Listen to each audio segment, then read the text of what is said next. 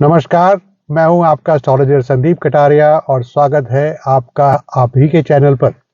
जैसे कि आपने थंबनेल देख ही लिया होगा, इस वीडियो में हम आपके लिए लेकर आए हैं कुछ रोचक परंतु फायदेमंद जानकारी कि किन राशियों के लोग एम्बिशियस होते हैं यानी कि महत्वाकांक्षी होते हैं, किन राशियों के लोग बहुत ही ज़्यादा अलर्ट और केयरफुल रहते हैं, किन राशियों के लोग बहुत ही मेहनती होते हैं और किन राशियों के लोग बहुत ही अच्छे छात्र बनते हैं और किन राशियों के लोगों से आप बहस में बिल्कुल भी जीत नहीं सकते हैं और किन राशियों के लोग बड़े ही लाइफ को इजीली लेते हैं और जिसका आप सबको इंतजार होगा कि किन राशियों के लोग बहुत ही रोमांटिक होते हैं और अंत में किन राशियों के जातक बहुत ही स्वतंत्र होते हैं। तो आइए शुरू करते हैं, परंतु शुरू करने से पहले मैं आपसे रिक्वेस्ट करूंगा कि आप डिस्क्लेमर को जरूर पढ़ लें और इसे आप अपना या किसी भी व्यक्ति की पर्सनालिटी का पूरा खाका ना माने, क्योंकि इसमें बहुत सारे दूसरे फैक्टर्स भी होते हैं जैसे दशा सिस्टम, बाकी ग्रहों की पोजीशन और बाकी राशियां किन किन घरों में पड़ रही हैं और उसके लिए आपको जरूरत होगी एक अच्छे एस्ट्रोलॉजर की। और मुझसे कैसे आप कंसल्ट कर सकते हैं वह नंबर आपकी स्क्रीन पर अभी चल रहा है। तो आइए अब शुरू करते हैं। तो सबसे पहले 3 सबसे ज्यादा एम्बिशियस राशियां यानी कि महत्वाकांक्षी राशियां, और ये राशियां हैं कर्क यानी कि कैंसर, सिंह यानी कि लियो और वृश्चिक यानी कि स्कॉर्पियो। ये लोग अपने परिवार और अपने प्रियजनों के लिए बहुत कुछ करना चाहते हैं। वे अपने लक्ष्यों को प्राप्त करने के लिए कड़ी मेहनत करते हैं और अपने सपनों को पूरा करने का दृढ़ निश्चय भी लेते हैं। और अब बात करते हैं वह कौन सी राशियों के जातक होते हैं जो बहुत ही सावधान यानी कि अलर्ट और केयरफुल यानी कि बहुत ही सतर्क रहते हैं। तो ये हैं कन्या यानी कि वर्गो, मकर यानी कि कैप्रिकॉर्न और वृषभ यानी कि टॉरस। इन राशियों के लोग बहुत ही सावधान और सतर्क होते हैं। वे अपने कामों को बहुत ही सावधानी से करते हैं और अपने निर्णयों को बहुत सोच समझ कर लेते हैं। परंतु ये मत मानिएगा कि तीनों राशियों के लोगों का पर्सनालिटी या व्यवहार बिल्कुल एक जैसा होता है। हो सकता है कि कन्या राशि के जातक अपने आसपास क्या हो रहा है, उनके घर में कौन आ रहा है या ऑफिस में उनके साथ कौन कैसा बर्ताव कर रहा है उसके प्रति जागरूक हो सकते हैं। और उसके ठीक विपरीत मकर राशि यानी कि कैप्रिकॉर्न राशि के जातक अपने पेपर वर्क, अपने डॉक्यूमेंट्स को लेकर बहुत ज्यादा सतर्क हो सकते हैं। और इसी तरह से वृषभ राशि के जातक जो कि टॉरस कहलाती है, उसके लोग बहुत सावधान हो सकते हैं कि किसके साथ वह एक लॉन्ग टर्म रिश्ता बनाना चाहेंगे या नहीं बनाना चाहेंगे।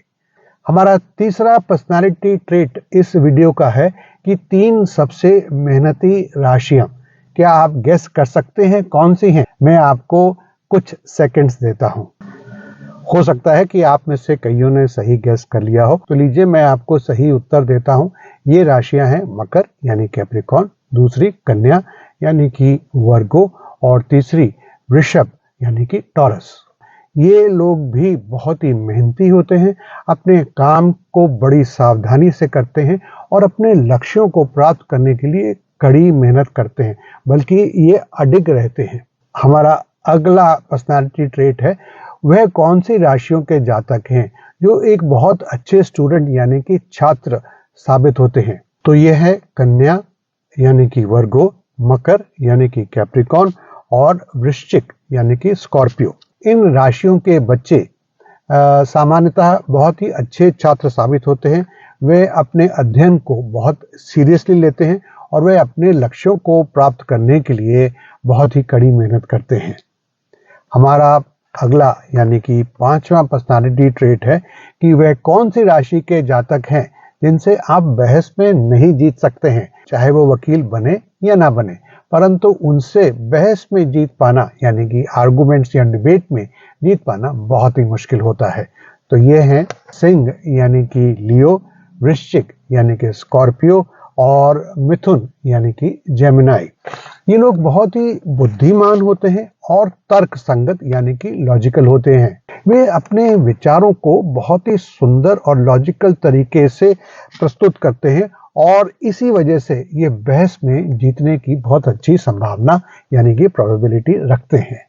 ये पर्सनालिटी ट्रेट को डिस्कस करना बहुत ही मजेदार होगा और वह है कि कौन सी इजी गोइंग राशियां हैं यानी कि जो जीवन को बड़ी आसानी से जीना चाहती हैं। ये राशियां हैं धनु यानी सेजिटेरियस, मीन यानी पाइसेस और मिथुन यानी कि जेमिनाई। इन राशियों के लोग बहुत ही लचीले स्वभाव के होते हैं, पानी की तरह। पानी को किसी भी बर्तन में डालो वो उस बर्तन की शेप ले लेता है, तो कुछ कुछ इनमें वह गुण होते हैं और ये अपने आप को जीवन के प्रति अनुकूल बना लेते हैं। ये जीवन को बहुत आसानी से लेते हैं और चुनौतियों का सामना करने का भी बड़ा आनंद उठाते हैं। और अब बात कर लेते हैं वह राशियां जिनके जातक अधिकतर बहुत ज्यादा रोमांटिक होते हैं। इन 3 राशियों के नाम बताने से पहले मैं एक बार फिर से कहना चाहूंगा कि इसका ये मतलब नहीं है कि जो लोग अन्य 9 राशियों में आते हैं वो रोमांटिक नहीं होते हैं। नहीं, इनका रोमांस करने का तरीका कुछ यूनिक होता है, कुछ हटकर होता है और ये अपने रोमांटिक फीलिंग्स को कुछ अलग ही तरह से एक्सप्रेस करते हैं। तो ये 3 राशियां हैं कर्क यानी कि कैंसर, सिंह यानी कि लियो और मीन यानी कि पाइसेस। देखिए अभी तक पाइसेस का नाम नहीं आया था, तो ये दर्शाता है कि हर राशि में कोई ना कोई यूनिक बातें होती हैं। ये लोग बहुत ही भावनात्मक और संवेदनशील होते हैं। अंग्रेजी में बोलूं तो बहुत ही इमोशनल और बहुत ही सेंसिटिव होते हैं। वे अपने प्रियजनों के साथ बहुत ही स्नेह से और बहुत ही आत्मीयता से पेश आते हैं। इस वीडियो का आखिरी पर्सनालिटी ट्रेट है कि कौन सी राशियां सबसे ज्यादा स्वतंत्र होती हैं। फिर वही बात, मैं अपने डिस्क्लेमर को रिपीट करना चाहूंगा कि ये मत समझिएगा कि ये जो 3 राशियों के नाम मैं बताने जा रहा हूं, इनके बाहर बाकी जो 9 राशियां हैं वो लोग इंडिपेंडेंट नहीं होते हैं, क्योंकि एक हॉरोस्कोप में बहुत सारी चीजें देखने लायक होती हैं, जैसे कि 9 प्लैनेट्स, कौन से घर में कौन सी राशि पड़ रही है, क्या दशा सिस्टम चल रहा है, क्या गोचर चल रहा है, इत्यादि इत्यादि। तो ये 3 राशियां हैं जो अपने आप को बहुत ही इंडिपेंडेंट बनाकर चलती हैं। धनु यानी कि सेजिटेरियस, कुंभ यानी एक्वेरियस और मिथुन यानी कि जेमिनी। तो दोस्तों ये था वीडियो। कैसा लगा आपको ये वीडियो? मुझे उम्मीद है कि इससे आपका थोड़ा सा मनोरंजन हुआ होगा, थोड़ा सा ज्ञानवर्धन हुआ होगा। तो यदि ये वीडियो पसंद आया है तो फिर कहना ना होगा कि इसे लाइक करना और दूसरों के साथ शेयर करना तो बनता ही है। अगर आप इस चैनल पर पहली बार आए हैं तो आपका स्वागत है और इसे सब्सक्राइब किए बिना मत जाइएगा। दोस्तों आप और किन विषयों पर वीडियोस देखना चाहेंगे एस्ट्रोलॉजी, न्यूमरोलॉजी, स्पिरिचुअलिटी और सेल्फ डेवलपमेंट के अंतर्गत, आप मुझे नीचे लिख भेजें। और हाँ, अगर आपकी कोई जिज्ञासा है तो आप मुझसे पूछ सकते हैं, पर यह जिज्ञासा केवल जिज्ञासा ही होनी चाहिए। अपनी कुंडली का अध्ययन करवाने के लिए आपको मुझसे अलग से अपॉइंटमेंट लेनी होगी। और कैसे लेनी होगी अपॉइंटमेंट? आप हमें फोन के द्वारा या व्हाट्सएप के द्वारा मैसेज भेज सकते हैं। आपको कुछ ही देर में जवाब आ जाएगा। इस वीडियो को अंत तक देखने के लिए आपका बहुत बहुत धन्यवाद। मिलते हैं एक और वीडियो में।